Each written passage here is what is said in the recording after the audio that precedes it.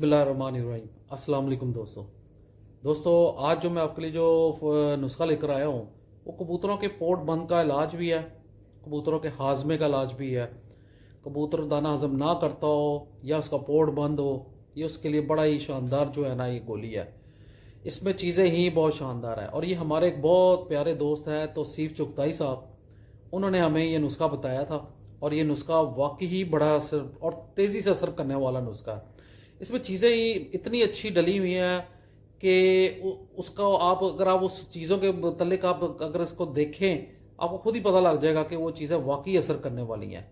उसमें चीज़ें क्या जाती हैं कि 15 ग्राम गुड़ चाहिए होगा आपको, 10 ग्राम ज़ीरा चाहिए होगा, 10 ग्राम ही सौंफ चाहिए होगी, 10 ग्राम मेथी दाना चाहिए होगा, 10 ग्राम जो है वो अजवाइन चाहिए होगी, 5 ग्राम कचरी जो आपको चाहिए होगी और इसके साथ एलोवेरा वो जितनी की ज़रूरत होगी वो इतनी छोटी सी टुकड़ी होगी वही काम आ जाएगी।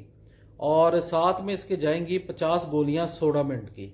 सोडा मिंट गोलियां जो है ना वो आपको किसी भी मेडिकल स्टोर से मिल जाएंगी और उसकी एक्सपायरी डेट ही नहीं होती। वो बड़ी शानदार गोलियां होती हैं, जिस इंसान को भी कोई प्रॉब्लम हो ना तो वो पानी में या उस तरह ही निगल ले तो वो उसके जो होता है ना मैदे का सारे मसले वो हल कर देता है।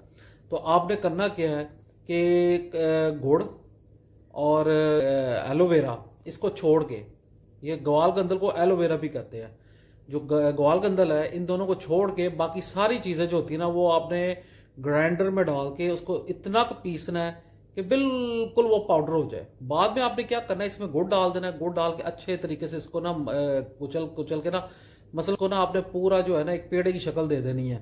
उसमें जो है ना आपने जो है ना ग्वाल गंदल डालनी है इतनी कि वो गोलियां बनने में आसानी हो।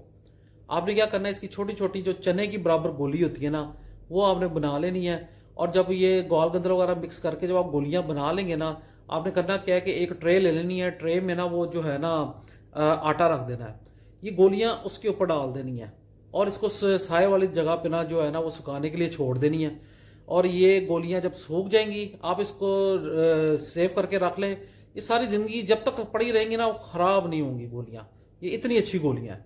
आप इसको जब भी कोई कबूतर आपको लगे कि ये हाजमे का कोई प्रॉब्लम है या उसको कोई कई कबूतर ऐसे होते हैं कि जिनके बच्चे पाल रहे होते थे, बच्चे जो है ना वो दाना हजम नहीं कर रहे होते थे, आपने उन बच्चों को नहीं देना। आपने वो कबूतर जो है ना दाना जब डालने लगेंगे उससे पहले ही उसके जो माँ बाप होंगे बच्चों के, उनके मुंह में जो है ना वो आपने ये एक एक गोली डाल देनी है और उसके बाद उनको दाना दे देना है। तो वो जैसे ही वो बच्चे को चोगा देंगे तो बच्चे जो है ना वो हाजमा उनका भी ठीक हो जाएगा।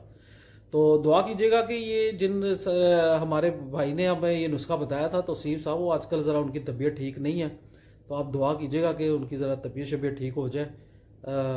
गले का उनको बहुत ज़बरदस्त इन्फेक्शन हुआ है, तो सब ज़रा दुआ कीजिएगा उनकी सेहत याबी के लिए। बहुत बहुत शुक्रिया।